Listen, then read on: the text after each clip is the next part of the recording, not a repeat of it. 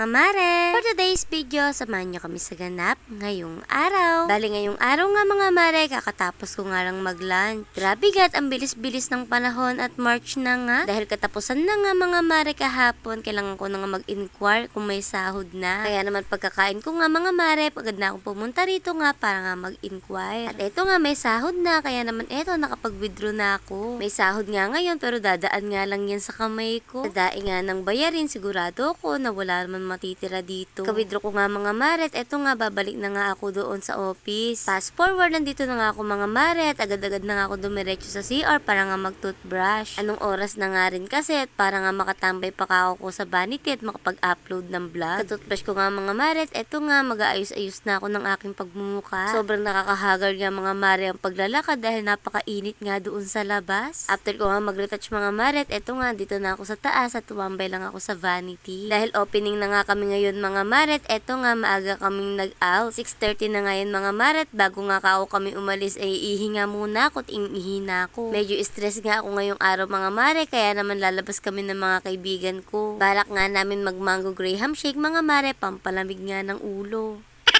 Grabe nga talaga ang stress ko ngayon, pero hindi naman nga halata sa pagmumukha ko. Yung kahit stress na nga sa buhay, nakukuha pa nga tumawa.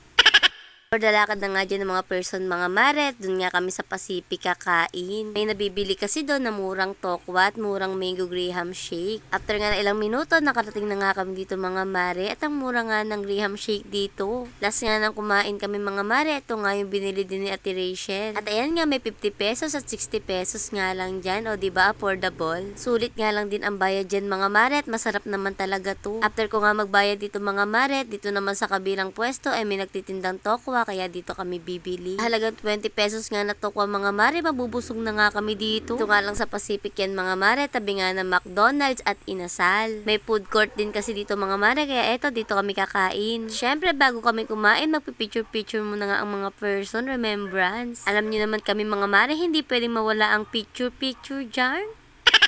At syempre, after namin mag-picture at ito nga, kakain na kami. Grabe nga ang tawa ko at tingnan mo naman to, puro harina lang ata at walang toko sa loob.